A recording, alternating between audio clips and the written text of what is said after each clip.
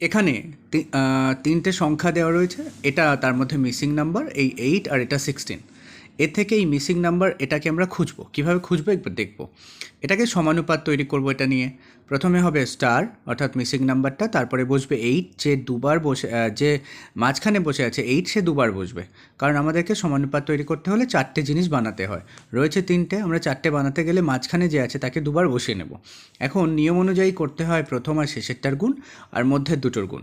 তাহলে আমরা করব কি, একটা দাগ নেব, মধ্যে দুটোর গুণ করলাম, এই দুটোর সংখ্যা তাই ওটা ওপরে বসছে, আর 16টা নিচে বসবে, আগে বসবে স্টার। এই 8 দিয়ে এটা কেটে দিলে হচ্ছে আমার 2 দিয়ে 8 কেটে দিলে হবে 4। তাহলে স্টারের মান আমরা পেয়ে গেলাম 4।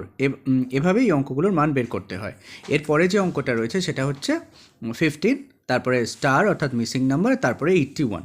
প্রথমে বসবে কত, 25, এটা 25, তারপরে ইস্টু দিলাম।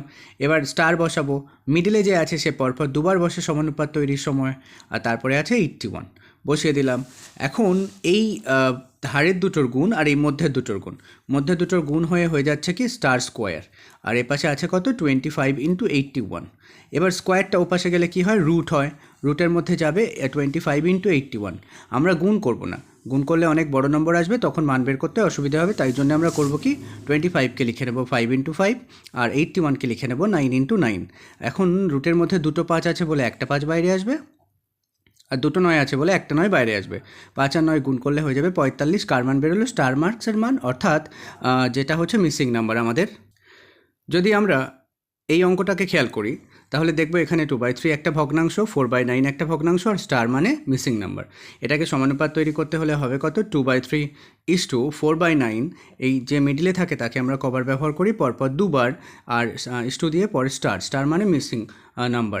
এই যে ধারের দুটোর গুণ আর মধ্যের দুটোর গুণ হবে।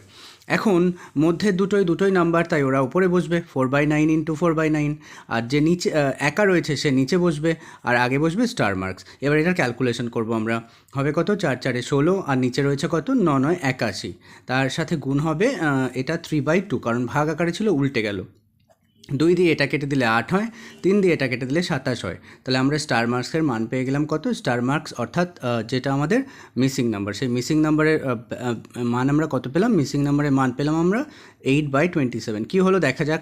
এখানে যে এই 4/9 আর 4/9 মাঝখানে আছে, এই দুটো ওপরে গুণ হলো, আর একা থাকা নাম্বার 2/3টা নিচে এলো, 4 আর 4 গুণ করে 16, আর এই 9 আর 9 81 নিচে বসলো, আর এটা যেহেতু ভাগ আকার ছিল সেটা গুণ করে আমরা উল্টে দিয়েছি, ওপরে গেছে 3, নিচে এসছে 2, 2 দিয়ে 16 কাটলে 8 হয়, 3 দিয়ে 81 কাটলে 27 হয়, ওপরে 8 নিচে রয়েছে 27, এটা হচ্ছে স্টার মার্কসের মান।